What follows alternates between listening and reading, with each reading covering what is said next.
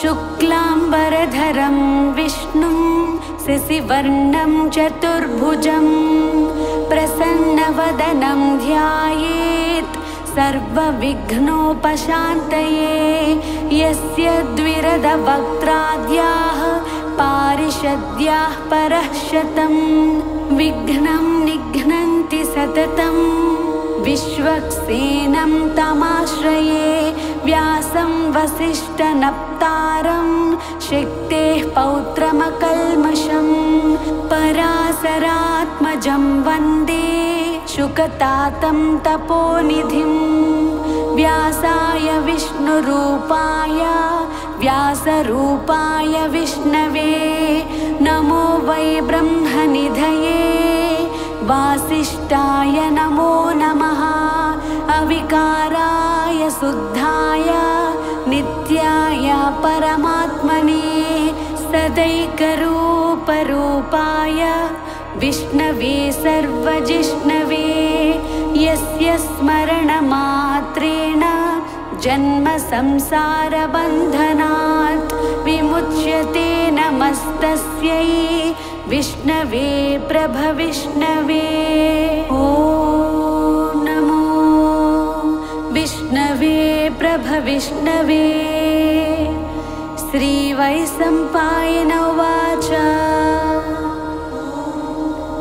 श्रुत्वा धर्मानशेषेण पावनानि च सर्वशः युधिष्ठिरः शान्तनवं पुनरेवाभ्यभाषत।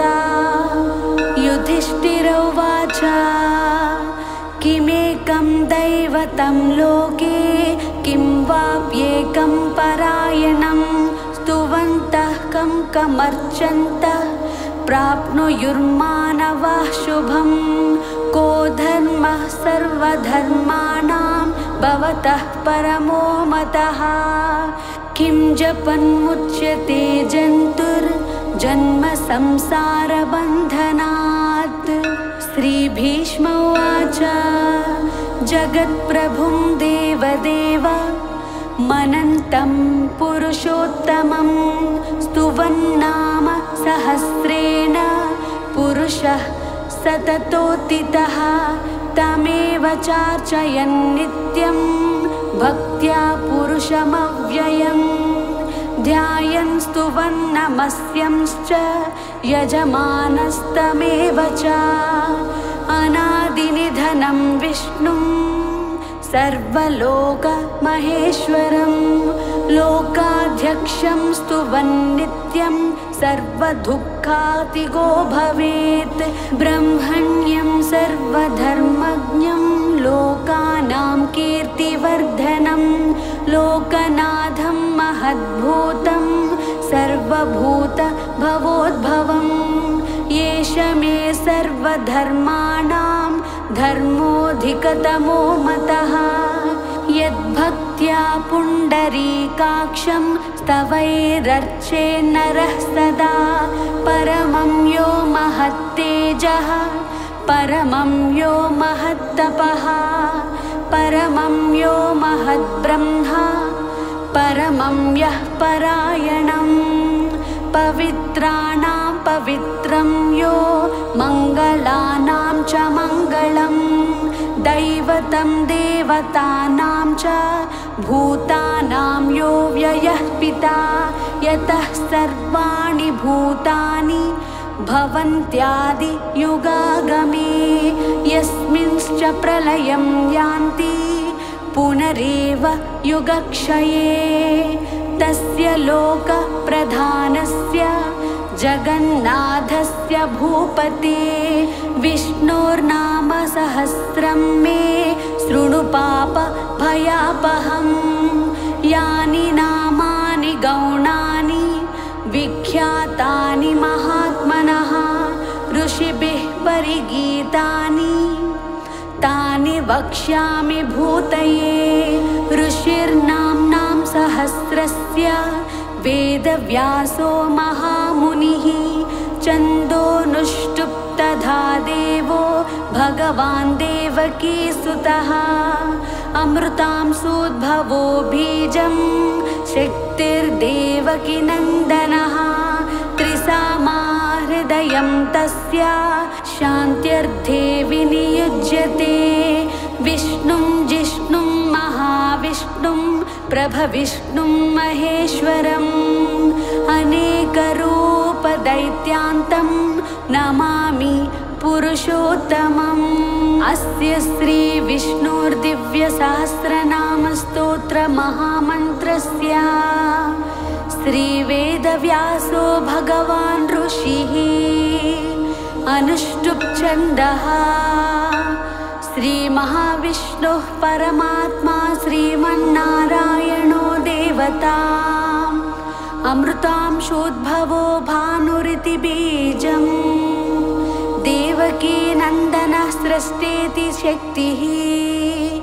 उद्भवक्षोभणो देव इति परमो मन्त्रः शङ्खबृन्नन्दकी चक्रीति कीलकम् शार्ङ्गधन्वा गदाधर इत्यस्त्रम् रथाङ्गपाणिरक्षोभ्य इति नेत्रम् त्रिसामा सामगः सामेति कवचम् आनन्दं परब्रह्मेति योनिः ऋतुसुदर्शनः काल इति दिग्बन्धनः श्रीविश्वरूप इति ध्यानम् श्रीमहाविष्णुप्रीत्यर्थे सहस्रनाम जपे पारायणे विनियोगः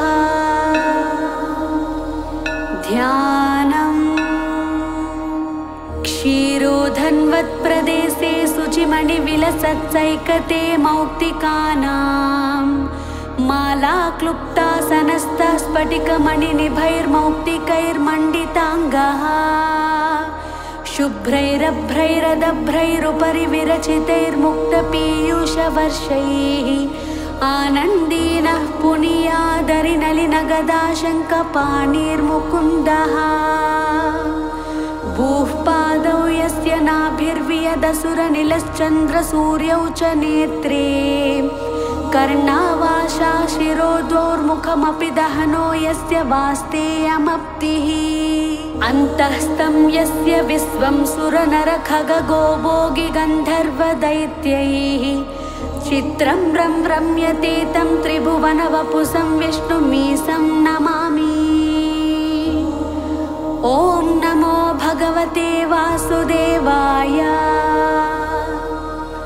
शान्ताकारं भुजगशयनं पद्मनाभं सुरेशं विश्वाधारं गगनसदृशं मेघवर्णं शुभाङ्गम् लक्ष्मीकान्तं कमलनयनं योगिहृद्यानगम्यं वन्दे विष्णुं भवभयहरं सर्वलोकैकनाथम्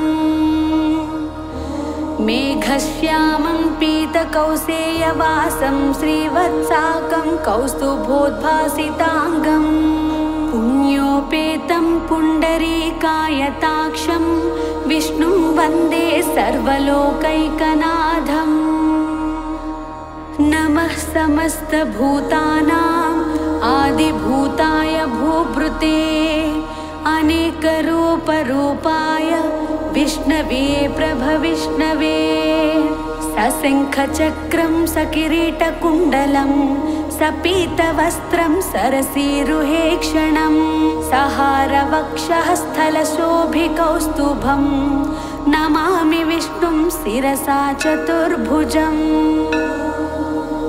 छायायां पारिजातस्य हेमसिंहासनोपरि आसीनमम्बुदस्याम मायताक्षमलङ्कृतं चन्द्राननं चतुर्बाहुं श्रीवत्साङ्कितवक्षसं रुक्मिणी सत्यभामाभ्यां सहितं कृष्णमाश्रये। विश्वं विष्णुर्वषट्कारो भूतभव्य भवत्प्रभुः भूतकृद्भूतभृद्भावो भूतात्मा भूतभावनः भूतात्मा परमात्मा च मुक्तानां भूतानां परमागतिः अव्ययः पुरुषः साक्षी क्षेत्रज्ञोऽक्षर एव च योगो योगविदां नेता प्रधान पुरुषेश्वरः नारसिंह वपुः श्रीमान् केशवः पुरुषोत्तमः सर्वः सर्वः शिवस्तानुर्भूतादिर्निधिरव्ययः सम्भवो भावनो भर्ता प्रभवः प्रभुरीश्वरः स्वयंभू शम्भुरादित्यः पुष्कराक्षो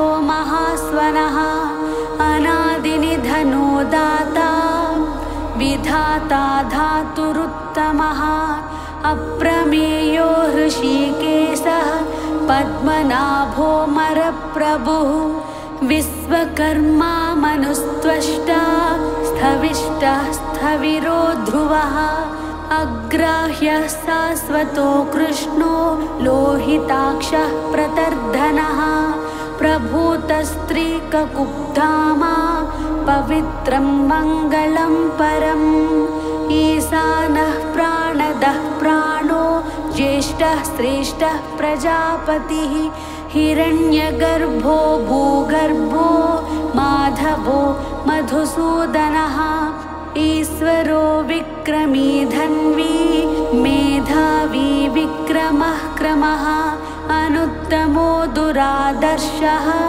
कृतज्ञः कृतिरात्मवान् सुरेशः शरणं शर्म विश्वरेताः प्रजाभवः अह संवत्सरो व्याळः प्रत्यहः सर्वदर्शनः अज सर्वेश्वरः सिद्धः सिद्धिः सर्वादिरच्युतः वृषा कपिरमेयात्मा सर्वयोग विनिष्कृतः वसुर्वसुमनः सत्यः समात्मा समितः समः अमोघः पुण्डरीकाक्षो वृषकर्मा वृषाकृतिः रुद्रो बहुशिरा भभ्रू विश्वयोनिः शुचिस्रवाः अमृतः शाश्वतस्थाणुर्वरारोहो महातपाः सर्वगः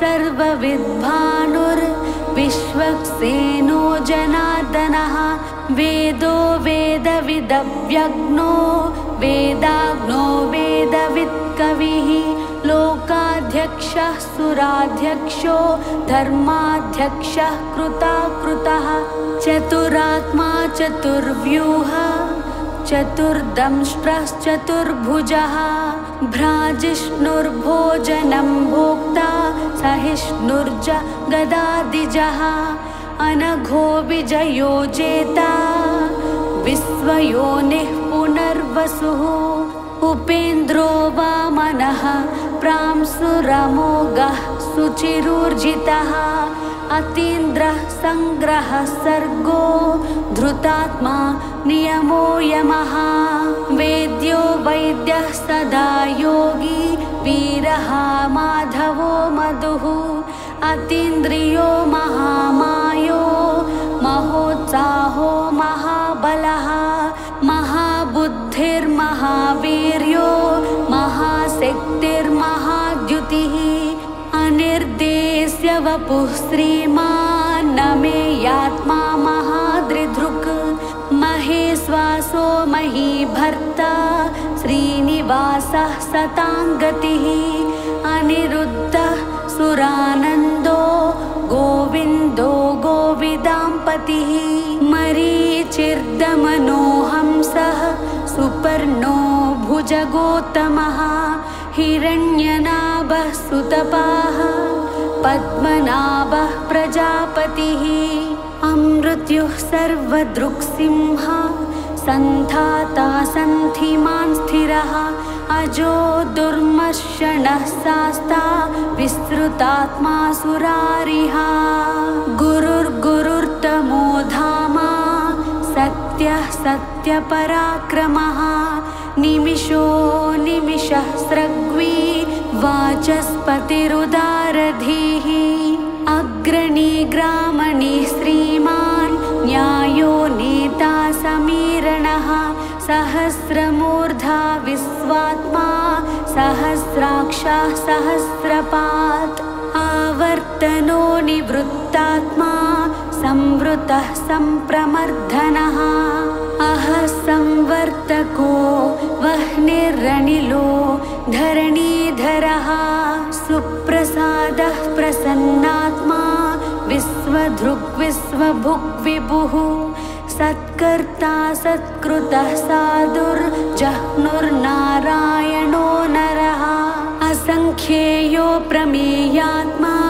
विशिष्टः शिष्टकृच्छुचिः सिद्धार्थः सिद्धसंकल्पः सिद्धिदः सिद्धिसाधनः वृषाही वृषभो विष्णुर्वृषपर्वा वृषोदरः वर्धनो वर्धमानश्च विविक्तः श्रुतिसागरः सुभुजो दुर्धरो वाग्मी महेन्द्रो वसुदो वसुः नैकरूपो बृहद्रूपः सिपिविष्टः प्रकाशनः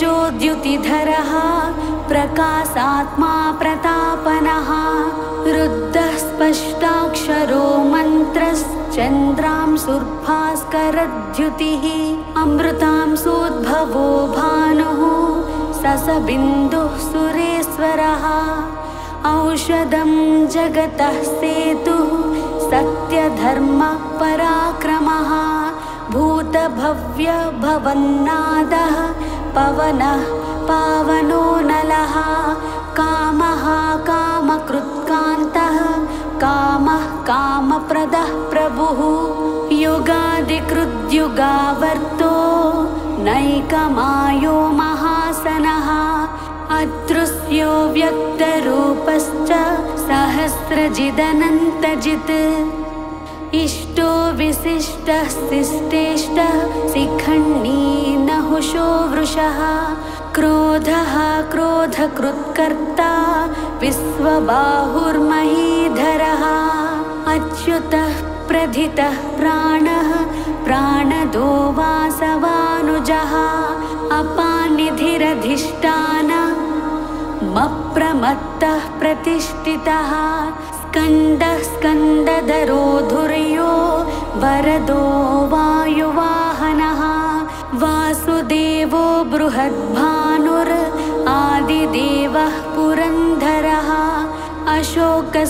अशोकस्तारणस्तारः सूरः सौरिर्जनेश्वरः अनुकूलः सतावर्तः पद्मी पद्मनिभेक्षणः पद्मनाभोरविन्दाक्षः पद्मगर्भः शरीरभृत् महर्धिरुद्धो वृद्धात्मा महाक्षो गरुडध्वजः अतुलः सरभो भीमः समयज्ञो हविर्हरिः सर्वलक्षणलक्षण्यो लक्ष्मीवान् समितिञ्जयः विक्षरो रोहितो मार्गो हेतुर्दामोदरः सहः महीधरो महाभागो वेगवान् मितासनः उद्भवः क्षोभणो देवः श्रीगर्भः परमेश्वरः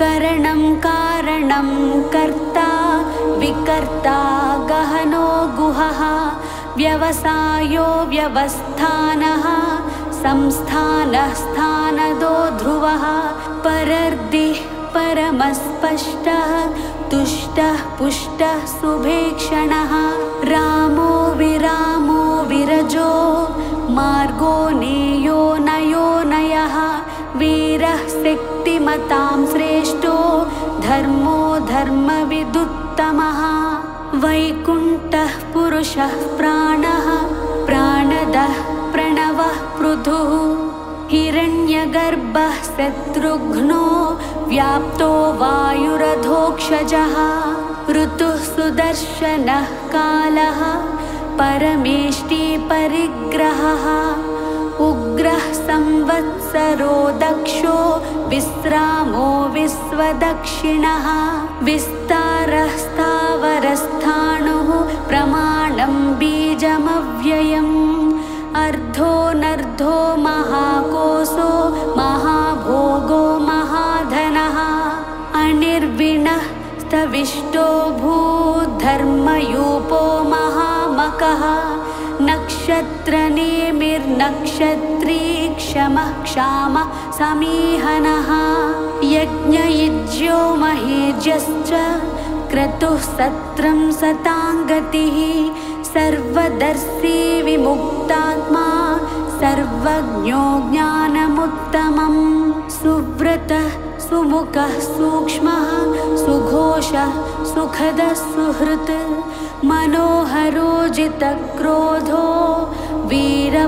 वीरबाहुर्विदारणः स्वापनः स्ववसो व्यापी नैकात्मा नैककर्मकृत् वत्सरो वत्सलो वत्सी रत्नगर्भो धनेश्वरः धर्मगुप्धर्मकृद्धर्मी सदसत्क्षरमक्षरम् अविज्ञाता सहस्रांशुर्विधाता कृतलक्षणः गभस्तिनेमिः सत्त्वस्तः सिंहो भूतमहेश्वरः आदिदेवो महादेवो देवेशो देवभृद्गुरुः उत्तरो गोपतिर्गोप्ता ज्ञानगम्यः पुरातनः शरीरभूतभृद्भोक्ता कपीन्द्रो भूरि दक्षिणः सोमपो मृत्तपः सोमः पुरजित् पुरसत्तमः विनयो जयः सत्यसन्धो दासार्हः सात्वतां पतिः जीवो विनयिता साक्षी मुकुन्दो मितविक्रमः अम्भोनिधिरनन्तात्मा महोदधिसयोऽन्तकः अजो महार्हः स्वाभाव्यो जितामित्रः प्रमोदनः आनन्दो नन्दनो नन्दः सत्यधर्मा त्रिविक्रमः महर्षिः कपिलाचार्यः कृतज्ञो मेदिनीपतिः त्रिपदिस्त्रिदशाध्यक्षो महाशृङ्गः कृतान्तकृत् महावराहो गोविन्दः सुषेणः कनकाङ्गदी गुह्यो गभीरो गहनो गुप्तश्चक्रगदाधरः वेदास्वाङ्गोजितः कृष्णो दृढः सङ्कर्षणोच्युतः वरुणो वारुणो वृक्षः पुष्कराक्षो महामनाः भगवान् भगहानन्दी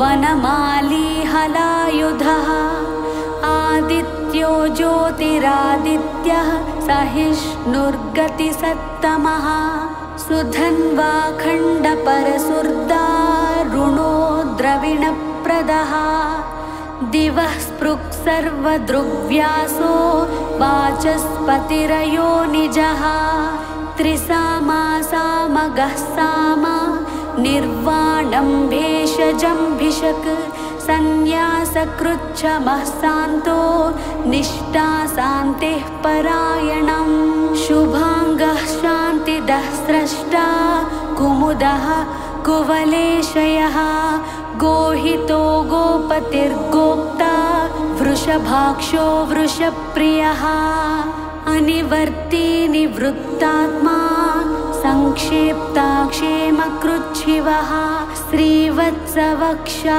श्रीवासः श्रीपतिः श्रीमताम्बरः श्रीदः श्रीसः श्रीनिवासः श्रीनिधिः श्रीविभावनः श्रीधरः श्रीकरः श्रेयः श्रीमालोकत्रयाश्रयः स्वक्षः स्वङ्गः सतानन्दो नन्दिर्ज्योतिर्गणेश्वरः विजितात्मा विधेयात्मा सत्कीर्तिच्छिन्न संशयः उदीर्णः सर्वतश्चक्षुर नीसः शाश्वतस्थिरः भूषयो भूषणो भूतिर्विशोकः शोकनाशनः अर्चिष्मानर्चितः कुम्भो विशुद्धात्मा विशोधनः अनिरुद्धो प्रतिरथः प्रद्युम्नोमितविक्रमः कालनेमिनिः वीरः शौरिः शूरजनेश्वरः त्रिलोकात्मा त्रिलोकेशः केशवः केशिहा हरिः कामदेवः कामपालः कामी कान्तः कृतागमः अनिर्देश्य वपुर्विष्णुर्वीरोऽनन्तो धनञ्जयः ब्रह्मण्यो ब्रह्मकृद्ब्रह्मा ब्रह्म ब्रह्म विवर्धनः ब्रह्मविद्ब्राह्मणो ब्रह्मी ब्रह्मज्ञो ब्राह्मणप्रियः महाक्रमो महाकर्मा महातेजा महोरगः महाक्रतुर्महायज्वा महायज्ञो महाहविः स्तव्यः स्तवप्रियः स्तोत्रं स्तुतिः स्तोतारणप्रियः पूर्णः पूरयिता पुण्यः पुण्यकीर्तिरनामयः मनोजवस्तीर्थकरो वसुरेता वसुप्रदः वसुप्रदो वासुदेवो वसुर्वसुमनाहविः सद्गतिः सत्कृतिः सत्ता सद्भूतिः सत्परायणः सूरसेनो यदुश्रेष्ठः सन्निवासः सुयामुनः भूता वासो वासुदेवः सर्वासु निलयो नलः दर्पः दर्पदो दृप्तो दुर्धरोधा पराजितः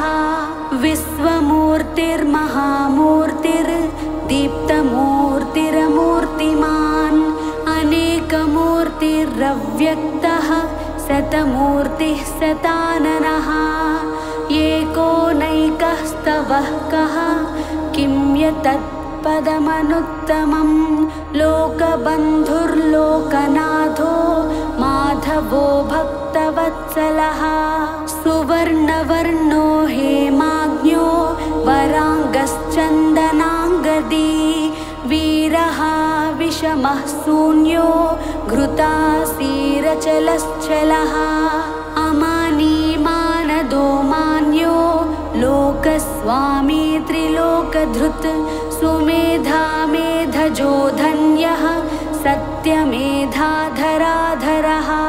तेजो वृषोद्युतिधरः सर्वशस्त्रभृताम्बरः प्रग्रहो निग्रहो व्यग्रो नैकशृङ्गो गदाग्रजः चतुर्मूर्तिश्चतुर्बाहु चतुर्व्यूहश्चतुर्गतिः चतुरात्मा चतुर्भाव चतुर्वेदविदेकपात् समावर्तो निवृत्तात्मा दुर्जयो दुरतिक्रमः दुर्लभो दुर्गमो दुर्गो दुरावासो दुरारिहा शुभाङ्गो लोकसारङ्गः सुतन्तुस्तन्तुवर्धनः इन्द्रकर्मा महाकर्मा कृतकर्मा कृतागमः उद्भवः सुन्दरः सुन्दो रत्ननाभः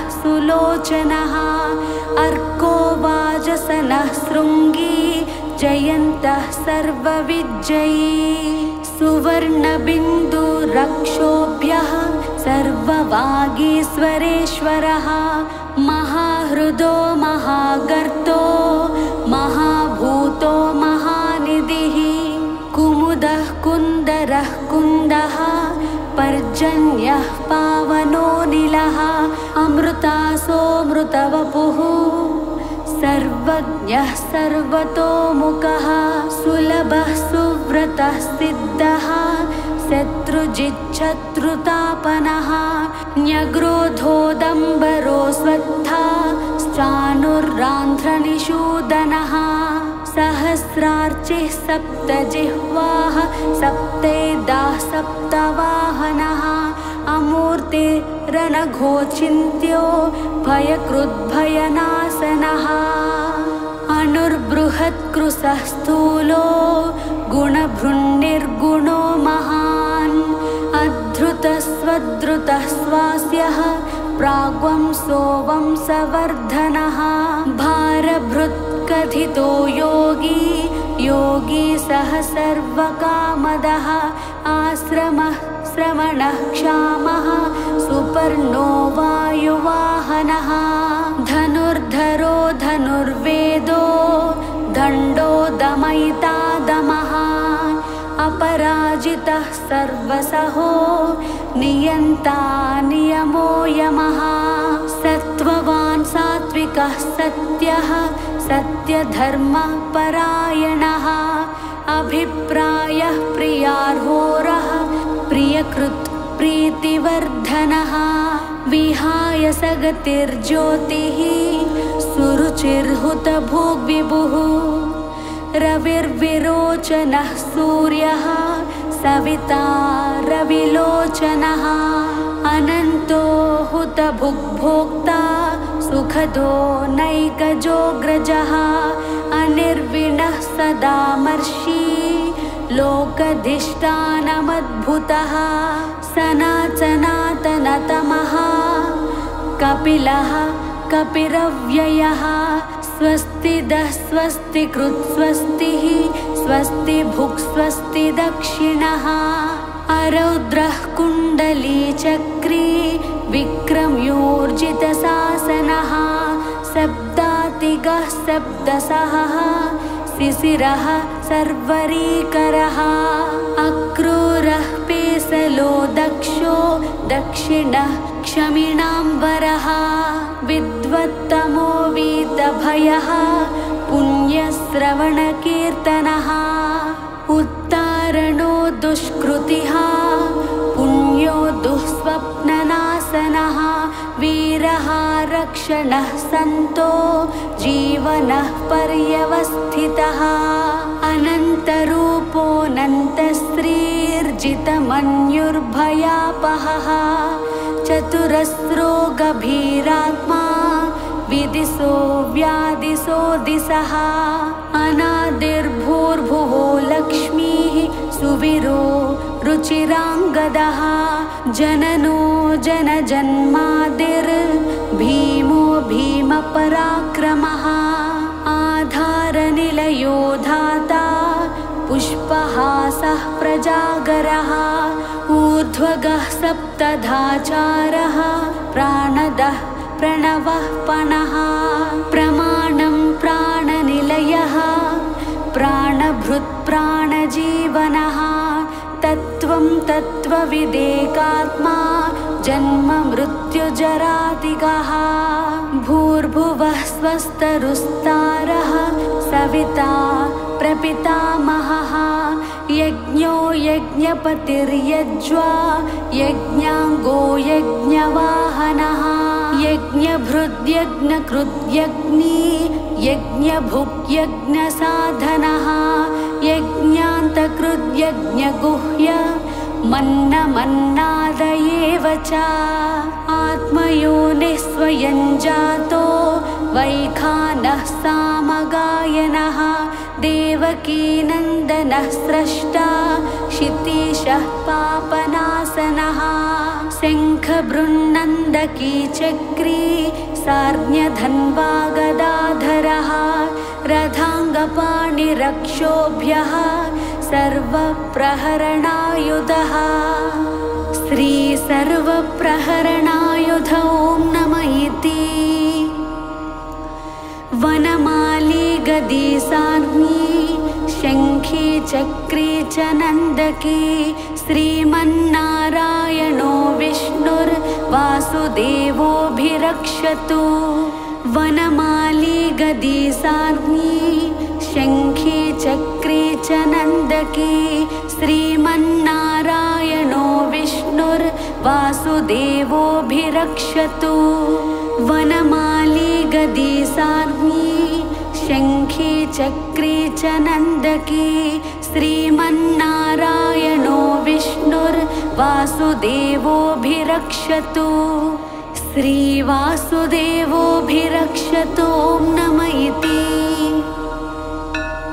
इतीदं कीर्तनीयस्य केशवस्य महात्मनः नाम्नां सहस्रं दिव्यानामशेषेण प्रकीर्तितं य इदं शृणुयात् नित्यं यश्चापि परिकीर्तयेत् नाशुभं प्राप्नुयात् किञ्चित् सोमुत्रेह च मानवः वेदान्तगो ब्राह्मणः स्यात् क्षत्रियो विजयी भवेत् वैश्यो धनः समुद्रः स्यात् शूद्रः सुखमवाप्नुयात् धर्मार्थी प्राप्नुयात् धर्ममर्थार्थी चार्धमाप्नुयात् कामानवाप्नुयात् कामी प्रजार्थी प्राप्नुयात् प्रजाम् भक्तिमान् यः सधोत्ताय शुचिस्तद्गतिमानसः सहस्रं वासुदेवस्य नाम्नामेतत् प्रकीर्तयेत् यशः प्राप्नोति विपुलं याति प्राधान्यमेव च अचलां श्रियमाप्नोति श्रेयः प्राप्नोत्यनुत्तमं न भयं क्वचिदाप्नोति वीर्यं तेजश्च विन्दति भवत्यरोगो द्युतिमान् बलरूप गुणान्वितः रोगार्तो मुच्यते रोगात् बद्धो मुच्येत बन्धनात् भयान्मुच्येत भीतस्तु मुच्येतापन्न आपदः दुर्गाण्यतिथिरत्यासु पुरुषः पुरुषोत्तमम् स्तुवन्नाम सहस्रेण नित्यं भक्तिसमन्वितः वासुदेवाश्रयो मर्त्यो वासुदेवपरायणः सर्वपापविशुद्धात्मा याति ब्रह्म सनातनं न वासुदेवभक्तानामशुभं विद्यते क्वचित् जन्म मृत्यु जरा व्याधि भयं नैवोपजायते इमं स्तवमधीयानः श्रद्धा भक्तिसमन्वितः युज्येतात्मसुखक्षान्ति श्रीधृति स्मृतिकीर्तिभिः न क्रोधो न च मात्सर्यं न लोभो नाशुभामतिः भवन्ति कृतपुण्यानां भक्तानां पुरुषोत्तमे द्वौ चन्द्रार्कनक्षत्राखं दिशो भूर्महोदधिः वासुदेवस्य वीर्येण विधृतानि महात्मनः ससुरासुरगन्धर्वं सयक्षोरगराक्षसं जगद्वसे वर्ततेदं कृष्णस्य सचराचरम् इन्द्रियाणि मनोबुद्धिः सत्त्वं तेजो बलं धृतिः वासुदेवात्मकान्याहुः क्षेत्रं क्षेत्रज्ञ एव च सर्वागमानामाचारः प्रथमं परिकल्पते आचार प्रभवो धर्मो धर्मस्य प्रभुरच्युतः ऋषयः पितरो देवा महाभूतानि धातवः जङ्गमाजङ्गमं चेदं जगन्नारायणोद्भवं योगो ज्ञानं तथा साङ्ख्यं विद्या शिल्पादिकर्म च वेदाः शास्त्राणि विज्ञानमेतत् सर्वं जनार्दनात् एको विष्णुर्महद्भूतं पृथग्भूतान्यनेकशः त्रीं लोकान् व्याप्य भूतात्मा भुङ्क्ते विश्वभुगव्ययः इमं स्तवं भगवतो विष्णोर्व्यासेन कीर्तितं पठेद्य इच्छेत् पुरुषः श्रेयः प्राप्तुं सुखानि च। विश्वेश्वरमजं देवं जगतः प्रभुमव्ययं भजन्ति ये पुष्कराक्षं न ते यान्ति पराभवम्। न ते यान्ति पराभवम्। ॐ नमः इति। अर्जुन उवाच पद्मपत्र विशालाक्ष पद्मनाभ सुरोत्तमा भक्तानामनुरक्तानां त्राता भव जनार्दना। श्रीभगवानुवाच यो मां नाम सहस्रेण स्तोतुमिच्छति पाण्डवः सोऽहमेकेन श्लोकेन स्तुत एव न संशयः। स्तुत एव न संशय। ॐ नमः इति। व्यास उवाच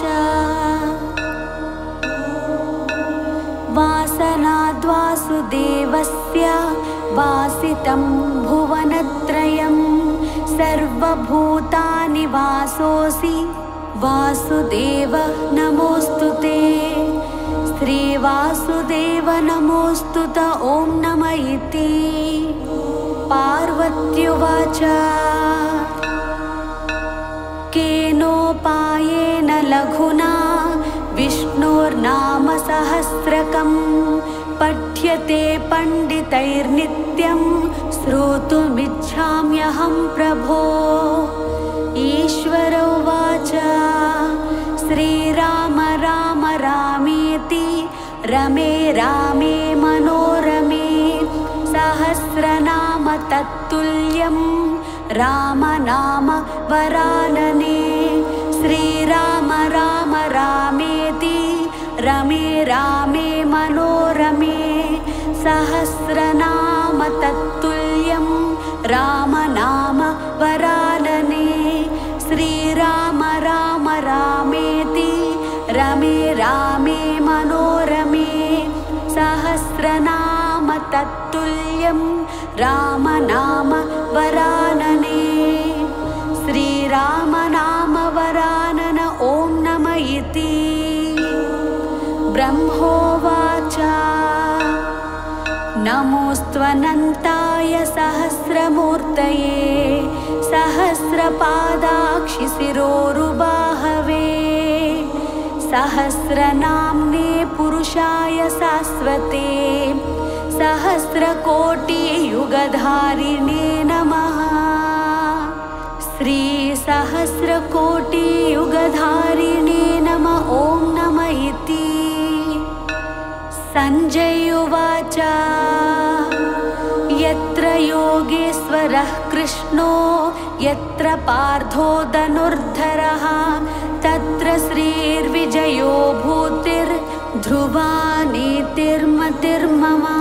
श्रीभगवानुवाच अन्यन्याश्चिन्तयन्तो मां ये जनाः पर्युपासते तेषां नित्याभियुक्तानां योगक्षेमं वहाम्यहं। परित्राणाय साधूनां विनाशाय च दुष्कृतां धर्मसंस्थापनार्थाय सम्भवामि युगे युगे। परित्राणाय साधूनां विनाशाय च दुष्कृतां धर्मसंस्थापनार्थाय सम्भवामि युगे युगे। परित्राणाय साधूनां विनाशाय च दुष्कृतां धर्मसंस्थापनार्थाय सम्भवामि युगे युगे। आर्ताः विषण्णाः शिथिलाश्च भीताः घोरेषु च व्याधिषु वर्तमानाः संकीर्त्य नारायण शब्दमात्रं विमुक्तदुःखाः सुखिनो भवन्ति। कायेन वाचा मनसेन्द्रियैर्वा बुद्धि अध्यात्मना वा प्रकृतेः स्वभावात् करोमि यद्यत् सकलं परस्मै नारायणायेति समर्पयामि। श्री वेंकटेश्वर वज्रकवचस्तोत्रम्। मार्कण्डेय उवाच नारायणं परब्रह्म सर्वकारणकारणं प्रपद्ये वेङ्कटेशाख्यं तदेव कवचं मम। सहस्रशीर्षा पुरुषो वेङ्कटेशः शिरोवतु प्राणेशः प्राणनिलय प्राणं रक्षतु मे हरिः। आकाशराट्सुतानाथ आत्मानं मे सदावतु देवदेवोत्तमः पायात् देहं मे वेङ्कटेश्वरः। सर्वत्र सर्वकालेषु मङ्गाम्बाजानिरीश्वरः पालयेन्मामकं कर्म साफल्यं नः प्रयच्छतु। य एतद्वज्रकवचम् अभेद्यं वेङ्कटेश्वरः सायं प्रातः पठेन्नित्यं मृत्युं तरति निर्भयः।